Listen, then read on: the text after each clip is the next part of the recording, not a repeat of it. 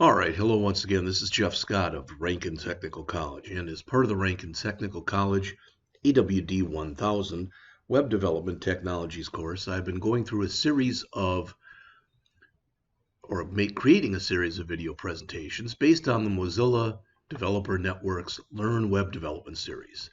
So far, I've gone through the entire getting started with the web, structuring the web, and styling the web. So it's time for JavaScript, the dynamic client side of the web. This is the first true programming language that we're going to talk about. And basically, on the client side, so what we're concerned with in this class, JavaScript is going to allow us to make our websites interactive. And they mentioned there everything that the web page does rather than just sitting there and giving you static information, things like displaying updates, maps, graphics, scrolling video jukeboxes, even things like showing the correct current date and time. JavaScript will be involved. All right, so the prereqs, we've gone through them. So these are the modules that we're going to be going through, and I believe there's like about 5 of them. 1, 2, 3, 4, 5. Yep. So the first one, JavaScript First Steps. And it's basically going to be an introduction to JavaScript, to what you can do with it, etc. And some of the basic features and functionality. Then we get into the building blocks, how you actually write code with JavaScript. All right. From there, we'll go into objects. Now, JavaScript is what I refer to as an object-based programming language. What I mean by that is you can use object-oriented programming, or OOP, features in JavaScript, but you don't have to. With some programming languages, some true object-oriented programming languages, everything you do must be done with what are called classes and objects. In JavaScript, you can use them, but you don't have to.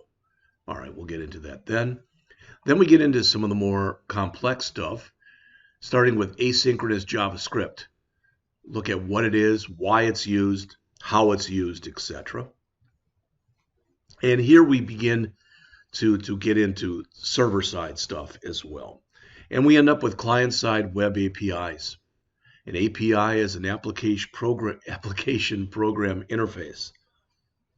All right, basically, it's kind of a contract where you get some software that agrees to provide a service, and you as a user agree to use the service in the way that it's meant to be used. So as mentioned there, in this module, we will explore what APIs are, how to use some of the more common APIs you'll come across in development work. All right, there's also a use JavaScript to solve common problems, JavaScript on Microsoft's Developer Network, Learn JavaScript, JavaScript Fundamentals, Coding Math. So you can see you've got, as they refer to it, a plethora of different things available to you. And if you look in here, this isn't going to be done in one day. There's the first steps that we're going to cover. Then we'll jump into the building blocks.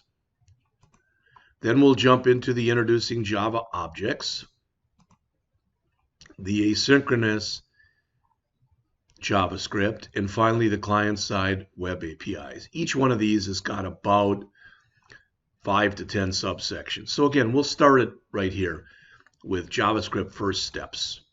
All right, and let's just go through the overview in here now as well. So it says we answer some fundamental questions like, what is JavaScript? What does it look like? What can it do? All right, and we just started looking at some of this stuff, but this is what's in here. So as it says, what is JavaScript is what we'll go through and starting in a couple minutes.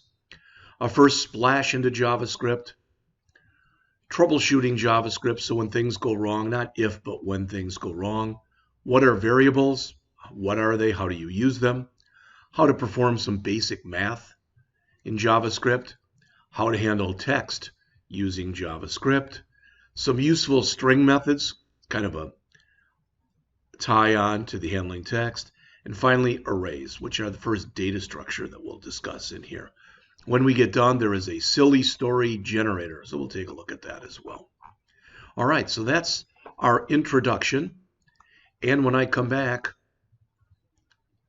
we're going to go into the what is JavaScript. So I'll be back with that in just a couple moments.